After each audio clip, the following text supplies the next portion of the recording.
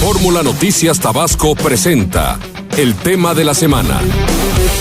Vamos a dar inicio a una plática. Tengo la visita aquí del presidente del Instituto de la Familia, Pedro Becerra Félix, y de Marcelo Salinas. Él escribió el libro Promocionando la Salud con Afectividad Yo X. ¿Qué querrá decir esto del Yo X?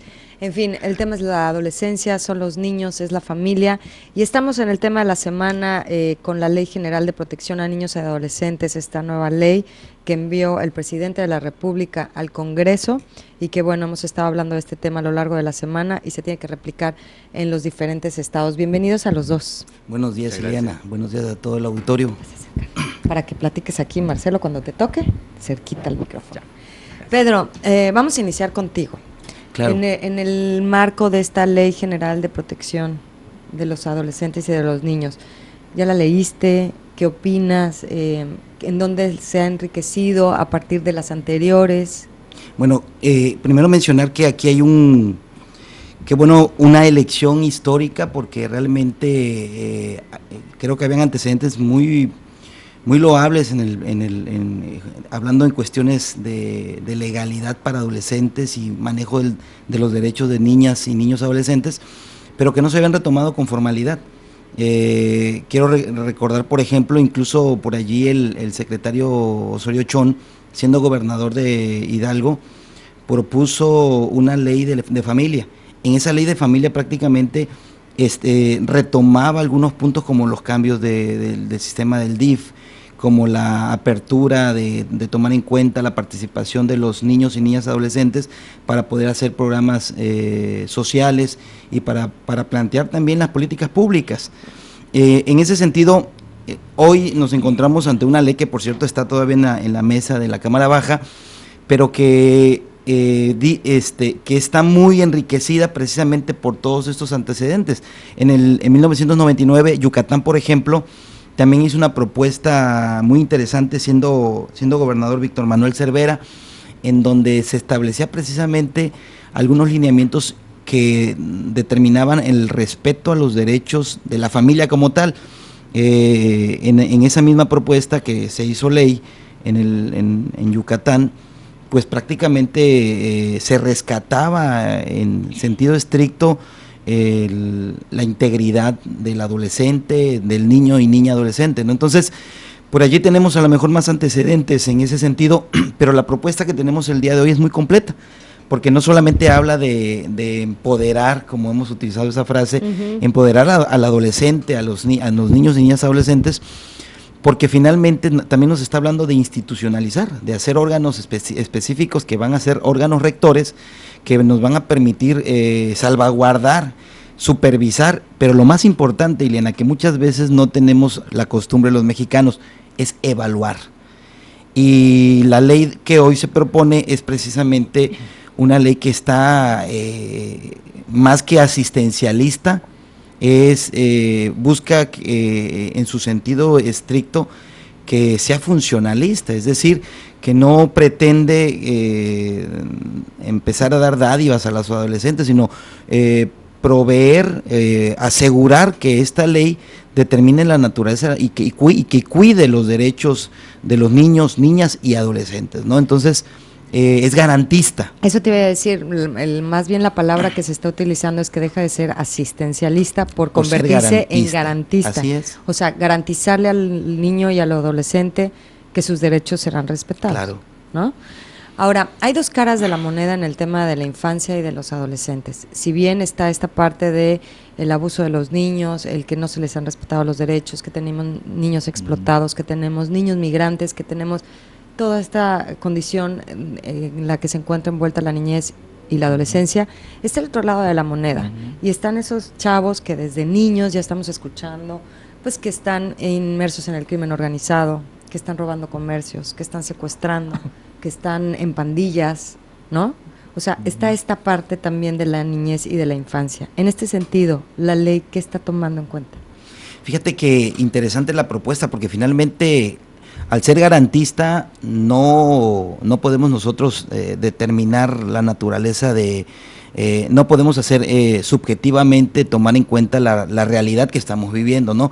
Porque se cubre el derecho en su totalidad para todo adolescente, para todo niño y para todo niño, ¿no? Entonces, buena pregunta, porque en ese sentido hay muchos vacíos, que esos vacíos son los que habría que retomarse. Yo hace rato te mencionaba que la misma propuesta de Osorio Chong siendo gobernador le daba corresponsabilidad a la familia, que era un papel que, por ejemplo, la ley el día de hoy, a pesar de que determina que el niño tiene derecho a una familia, a formar parte de un grupo, a tener un nombre y a todos los derechos que muchos ya conocemos, porque por cierto muchos de ellos ya vienen descritos por instancias internacionales, ¿no? México las rescata y los hace leyes para que estos se conviertan en derechos que verdaderamente se puedan cumplir y se puedan velar aquí en el Estado mexicano. Pero sí nos quedan huecos porque nos dejamos de responsabilizar, aunque se retoma el tema, pero se deja de responsabilidad completa, de manera completa a la institución familiar, que finalmente es aquí donde tendremos que hacer un trabajo profundo, porque es la familia de donde nace el delincuente que dices, es en la familia donde nace el posible chico que a lo mejor no pensaba delinquir, pero se encuentra en un sistema donde en el que lo empujan a delinquir. Entonces, es de trasfondo. El otro día decíamos que muchas veces estamos trabajando de figura nada más, pero no de fondo. El trabajo aquí es incluir sistemáticamente el papel funcional de la familia. Recuerdo que en la propuesta de la familia que yo te mencionaba antes, se establecía programas de escuela para padres, ¿no? Programas en donde se involucraba la participación de los padres en las actividades familiares. Se permitía que incluso en las instituciones educativas los papás tuvieran un papel funcional muy importante dentro de las actividades de educación y formativas, sobre todo en el tema de la axiología, es decir, en el tema de los valores. Que esta ley, si bien cobija e institucionaliza la defensa de los derechos de los niños y niñas adolescentes, debería de retomar el papel funcional de la familia, ¿no? Haciendo que este papel finalmente sea un papel institucional como las instituciones así que como también se les está dando como se le está dando el papel a la procuraduría, a esta procuraduría, a esta creo que se llama órgano de no me acuerdo. No me recuerdo el nombre, pero bueno, son dos órganos muy interesantes por allí, incluso el hecho de que el DIF se descentralice y que tenga un papel prácticamente más con mayor activo y responsable. Sí, más activo, claro, y con mayor jurisdicción, permite precisamente que esa función se logre. Pero la pregunta al aire y es ¿cuál es el papel que estamos otorgando a la institución familiar, ¿no? Entonces, en ese sentido creo que por más que leamos la nueva ley, no empodera a la familia, no la empodera para decir, oye, también tú tienes un papel muy importante en la protección de los derechos de del propio miembro que está en la familia, ¿no? Aunque se habla, obviamente, la golpeada sí es la familia, porque es en ella donde vamos a quien se va a castigar en determinado momento, papás o a mamás que no eduquen correctamente, pero no de trasfondo, no hay una metodología, no estamos instrumentando a la familia para decirle, a ver familia, te estamos dando también estas garantías para que tú puedas defender estos derechos de los miembros que tienes, de los miembros niños y niñas adolescentes que tienes, ¿no? Entonces, ese es un papel que creo que se debería rescatar en la misma reforma. Me gustaría que nos dejaras claro algo. Si cuando esta ley ya entre en vigor, ya se esté cumpliendo, queremos pensar, ¿qué instituciones van a ser las responsables de que no veamos niños en la calle trabajando, niños que no estén en la escuela, niños migrantes en el Instituto Nacional de Migración? ¿Quién es al que Gobernación, que es el que está llevando la batuta y la responsabilidad de esta nueva ley, le tiene que rendir cuentas? ¿Las procuradurías que se van a desarrollar o el DIF o cuál es la institución garante de que esos niños no estén en una situación así? Fíjate que acabas de hacer una pregunta muy interesante, porque precisamente cuando ves la observancia de la ley, de la propuesta, te queda a veces una laguna, porque precisamente hay una discusión quiero recordarte que tiene 140 artículos esta ley, pero para que tengamos una idea, 104 fueron prácticamente 104 artículos se cambiaron totalmente, lo que significa que la ley como tal, como se envió, no va a salir. En esa se hablaba de órganos rectores, ¿no? Se hablaba le dan una funcionalidad al DIF particularmente para poder supervisar en cuestiones de migración a los niños y adolescentes que son migrantes. Ya no pasan a los institutos de migración, sino prácticamente pasan directamente al DIF, y es el DIF el que tiene que tutelarlos, protegerlos y cuidar precisamente lo que esta misma ley estipula en su momento cuando ya sea decretada, ¿no? Y por otro lado tenemos órganos rectores que precisamente tiene que ver con la Procuraduría. Esta Procuraduría que tiene funciones prácticamente de supervisar y velar y garantizar que exactamente no se esté cumpliendo o no se estén violentando los derechos de los niños, niñas y adolescentes. Entonces, la Procuraduría es una supervisora, va a tener la misma función que nuestra Procuraduría, pero específicamente es una Procuraduría especializada, es decir, especializada en cuestiones de niños y niñas adolescentes. Entonces, ¿sería la Procuraduría? La Procuraduría sería la responsable. De que se vele y de que no haya esos niños en la calle, no haya niños trabajando. Incluso sobre las mismas instancias del DIF, es decir, la Procuraduría es la responsable de velar, y cuando el mismo DIF no esté cumpliendo va a ser, yo supongo, aunque todavía no está descrito, yo quiero entender que habrá de hacer recomendaciones como las hace Derechos Humanos, ¿no? Porque todavía no se ha aclarado eso. De hecho está en discusión porque hablan de sanciones, y hablan de sanciones no solamente a quien agrede y a quien lastima de manera física y de manera personal, sino que habla de sanciones institucionales, es decir, tú, DIF, si no estás cumpliendo tu papel, bueno, viene una sanción. Ya no se van a poder hacer locos. Ya no, como tales, ¿no? Acabas de mencionar hace rato, habríamos de pensar en la práctica, porque eso es tan complejo. Es tan complejo. Dicen que México es uno de los países con leyes más exquisitas, ¿no? Pero precisamente tenemos el problema de que no damos cumplimiento a la reglamentaria normativa que tenemos en nuestros estados. Aquí, hace rato platicábamos sobre el término de empoderamiento, y nos causa ruido, porque ¿cómo empoderar a jóvenes o a niños o a niñas adolescentes cuando en realidad el vínculo principal donde nace la formación en valores y moral es precisamente la familia, y la familia está en crisis? Entonces, ¿cuál es la postura que van a tener estos jóvenes, estos niños y niñas, sobre todo de un mundo desvirtuado que es donde ellos vienen originalmente? Entonces, aquí tendríamos nosotros que establecer reglamentarias, porque seguramente van a aparecer reglamentarias institucionales para poderle dar mayor forma a la aplicación de esta ley. A ver, gracias, Pedro, porque sí, acabas de mencionar algo súper importante, y es: hacemos leyes y no se cumplen, y ahí estaría el secreto vamos a dejar un poquito de lado el tema de la legalidad, de la impunidad en el cumplimiento de las leyes y responsabilidades, para pasar directamente al tema de la familia, de la prevención, que garantice realmente, porque al final del camino los padres son los que le pueden garantizar a sus hijos sus derechos, son los principales.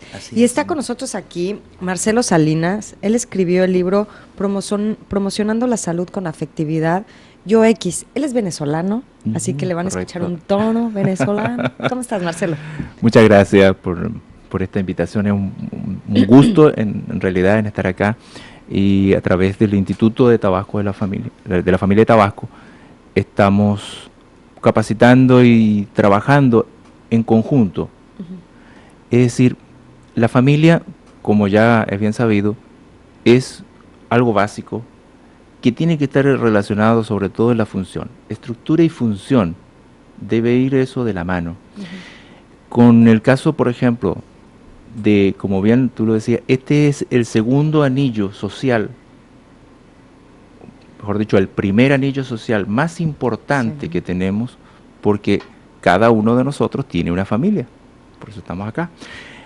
De ahí donde radica, pues, podemos hacer leyes muy bonitas, por ejemplo, en el caso de Venezuela tenemos también una ley para protección, la Ley Orgánica de Protección del Niño, Niña y Adolescente, que teóricamente es muy efectiva, está muy avanzada, pero en la práctica, como ley, pero en la práctica la familia sigue marcando la pauta ante esto. Enseñamos muchas veces, y a veces un pequeñín en consulta o en determinada situación, le dice a los padres, yo tengo el derecho de esto, tengo el derecho a aquello, pero también hay que hacer énfasis en los deberes. En las responsabilidades. Exacto, en las responsabilidades, tanto de los niños como de los padres. ¿Qué quiere decir este yo X de tu libro? Bueno, esa pregunta siempre me la hacen porque yo X, esa X refiere los distintos roles que podemos desempeñar en una familia. Somos padres, somos hijos, somos tíos, somos esposos. Entonces, esos distintos roles después somos abuelos. Yo X, la X es si estoy fungiendo el rol de hija o de madre o de esposa, correcto. A eso se va. A eso se va. Llena, porque ya ves que el X que acá en México como tiene una connotación como que el rechazado. El X. Allá. El X. Ok. Ya ves, es que hay diferencias también. Ya. Oye, antes de entrar al aire te pregunté y quiero que me lo platiques al aire. ¿Qué tan semejantes o qué tan diferentes es la dinámica de familia entre México y Venezuela? Me ha sorprendido que es muy parecido. A ver. Allá tenemos también problemas de violencia intrafamiliar, de embarazo en la adolescencia, acoso escolar o bullying. Es decir, y preocupa, porque también tengo contacto con Chile, y ocurren los mismos problemas que ahora la Organización Mundial de la Salud le está dando la importancia y lo llama determinantes sociales. Por eso estas leyes están acelerándose. Determinantes sociales, según la Organización Mundial de la Salud. Entonces, quiere decir que esto ya es, en el lenguaje médico, una pandemia. Es decir, que se está, vamos a decir, diseminando por todo el mundo, y es donde radica la falta de conciencia de educación familiar, es decir, ¿qué está pasando con nuestra institución familiar? Eso te iba a decir, ¿a qué le atribuyen esto?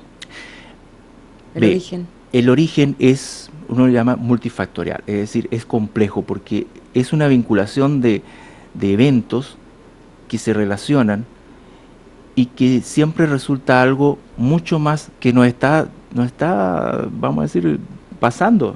Sobrepasando. No está sobrepasando.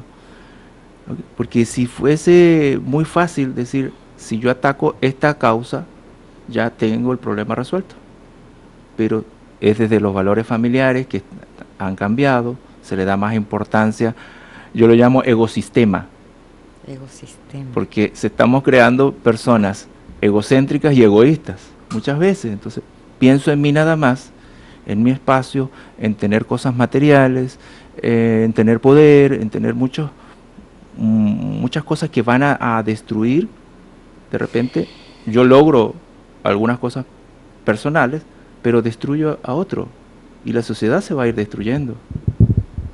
A diferencia de fomentar los valores, por ejemplo, como la solidaridad, el respeto. Me estás platicando que también vas a Chile y a otros países a dar y platicar sobre un sistema APES, que no le dejé que me lo contara fuera del aire para que se los contara a ustedes y que todos estemos enterados, porque suena interesantísimo. ¿Qué es un sistema APES? Un sistema APES tiene una sigla donde dice el Sistema de Abordaje con Profundidad de Educación de Situaciones. ¿Qué quiere decir esto? Muchas veces, sobre todo en la parte médica, damos muchas pláticas, muchas charlas breves, pero no se hace un seguimiento. Solamente 5 o 10 minutos, llevamos alguna ilustración, hablamos con los chicos, todo eso, y después nos vamos. No medimos el impacto, no lo evaluamos, mejor dicho, ni tampoco hacemos un trabajo transdisciplinario, que es diferente a lo multidisciplinario, es decir, no estamos conectados. A ver, es como por ejemplo lo que platicábamos cuando la mesa redonda de las adolescentes menores. Les decimos que hay condón, que existe el condón, ¿no? A los chavos y a las chavas, pero realmente ni dónde comprarlo, ni cuánto cuesta, ni cómo utilizarse, ni cómo la chavita puede agarrar y decir, hey, te pones el condón porque si no, no va a pasar nada. O sea, O la otra opción, no se le da. Cuidarse y protegerse también. Exacto. O sea, se da la información de manera superficial. Muy superficial. Pero me llama la atención que dices que es de situaciones. ¿Qué tipo de situaciones? Esta estrategia partimos por la parte de salud, pero es tan integral o vinculante que la visión de la salud debe ser amplia. Por ejemplo, si hablamos de violencia intrafamiliar, podríamos considerar las agresiones físicas como la parte médica, ¿verdad? Uh-huh. Pero está la parte legal, jurídica, está la parte psicológica, donde tenemos la agresividad, la violencia, la depresión, el abuso sexual, por ejemplo, e incluso el ambiente. Si hay un grado de hacinamiento donde, no sé cómo lo llaman acá, pero allá se llaman, son las casas de personas muy humildes, de escasos recursos, donde en 1 o 2 habitaciones viven 7, 8 personas. Si y está ahí pasa todo. Pasa de todo, de todo. Si está el padrastro y ya la niña es una adolescente de 14 añitos que puede ser víctima de abuso sexual. Entonces, la visión tiene que ser integral, no solamente la consecuencia que estamos tratando. Sí, fue víctima de abuso sexual. No, ir más allá, prevención. ¿Algo se perdió en el camino y se tendría que volver a aprender a ser familia? Muy bien, es lo correcto. O sea, que existiera la manera de cómo enseñarle a los padres a ser padres. Exacto. Entonces, estas estrategias, porque fíjate una cosa, nos enseñan la medicina, nos enseñan a cursos de aquello, de todo lo que tú quieras, sí, pero no hay un diplomado o no hay una carrera universitaria para ser padre. De hecho, en mi libro sale de manera de crítica, pero a través del humor, se llama Ingeniería Familiar. Urgente. Claro, necesaria. Con una maestría en esposología, claro. Paternidad. ¿Pero qué pasó? ¿En dónde se rompió? O sea, era lo que aprendíamos de generaciones y generaciones. ¿Por qué estamos perdidos ahorita de esta manera? Es cuando más información hay al alcance del ser humano. Porque dejaron de enseñarnos. Porque la tele no te enseña, ni la computadora, ni el iPad. Y entonces papá tuvo que trabajar más tiempo y mamá también tuvo que entrar al quite porque pues es parte de la necesidad de hoy. Pero bueno, hay una ruta muy pesada y muy profunda en ese sentido. Y también, Pedro, es la definición de límites claros. Eso. Límites claros, porque no significa rigidez, que es diferente. O sea, como yo soy el papá, voy a ser autoritario y no mires, no levantes, no hables. No. La falta de límites claros, es decir, si uno es niño, vivir como niño, sentir como niño. Pero ahora muchos de nuestros chicos, nuestros niños, quieren ser adolescentes de una vez. Sí, ya va. El adolescente quiere ser adulto de una vez y el adulto queremos volver a ser adolescente. Sí, no, yo me regreso a la adolescencia. Qué flojera. Entonces, esa falta de límites claros. No, sí estamos volteados. Claro, entonces eso es lo que hay que tener. Mi mamá siempre me dice que la falta de límites es como cuando llegas a un estacionamiento que está vacío. ¿Cuántos lugares no prueban? Aquí, antes. Ay, no, espérate, no, mejor el de acá, no, mejor el de, ¿no? Cuando hay un lugar y ahí te quedas y ya, sí, no hay más conflicto, ¿no? Exacto. ¿A eso te refieres? A eso me refiero y de paso, por ejemplo, mira, por lo menos a lo práctico, ¿no? Una vez llegó una señora a la consulta y dice, doctor, no sé qué hacer con mi niña, de verdad que ya no sé qué hacer con ella. Yo pensando que estaba pasando por la etapa de adolescencia, que es una etapa más vulnerable, no es una etapa muy bonita, si se sabe llevar. Bueno, la pequeñita tenía 4 años, entonces le digo, caramba, si no sabe hacer, exacto, con 4 años, o sea, es lo que estamos conversando ahorita, ¿no? Ahora, en países donde no se tienen las problemáticas como los latinoamericanos, ¿hay también estos factores comunes? Digo, no hay el crimen organizado de manera tan agresivo como lo estamos viviendo en Latinoamérica, pero hay otro tipo de situaciones, ¿no? Exacto. Claro. Donde también la familia es la lastimada. Totalmente. Con quizás una visión diferente, algunas dimensiones o aspectos diferentes, pero la familia en general, a nivel mundial, está cambiando, lamentablemente, pero no para bien, por eso digo lamentablemente. En Europa, hay un alto índice de adultos mayores donde están llamando a familias jóvenes. No tienen el problema, por ejemplo, de embarazo en la adolescencia, pero sí lo que es Occidente, tenemos la situación con el adulto mayor, el respeto hacia el adulto mayor y lo que uno llama esa distancia, esa brecha intergeneracional, a diferencia de países de Oriente, por ejemplo. ¿Okay? En ese sentido. Claro. Bueno, pues algún llamado que le quieras hacer a nuestros tabasqueños que nos están escuchando con el tema de la familia, ya olvidémonos de la ley y que nos hagan cumplir la ley. Regresemos al origen, que es la familia. El origen. Lo más importante es que la familia lo es todo. La familia, invirtamos en familia, y no me refiero a la parte económica.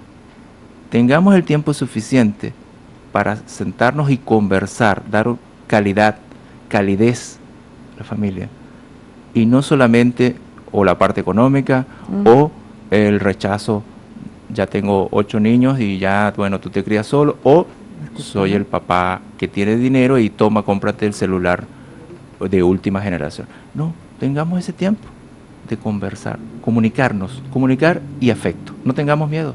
Comunicar y afecto. Claro. Ahí está. Pues muchísimas gracias a los dos por haber venido hoy, Pues Marcelo y Pedro. Una ¿Tú? invitación, Ileana. Fíjate que nos gustaría que para quien esté interesado, vamos a estar dando unas charlas que se llaman Familias con Afectividad. Son gratuitas totalmente. Y déjame decirte que aunque son gratuitas, luego no nos llegan muchos interesados, pero bueno, vamos a lanzar la invitación. A ver. Para quienes se estén llevando en la Universidad, el Instituto Universitario Puebla, y nos gustaría que, pues sí, sí, el que esté interesado, está muy estratégico el procedimiento que se está manejando de educación con afectividad para la familia. El teléfono 9931-219578. 9931-219578, para que con mucho gusto le podemos apartar el espacio, porque es solamente por grupos, pero van a haber varios grupos. Así que estén pendientes, llamen ahí para que puedan ser parte del Claro seminario.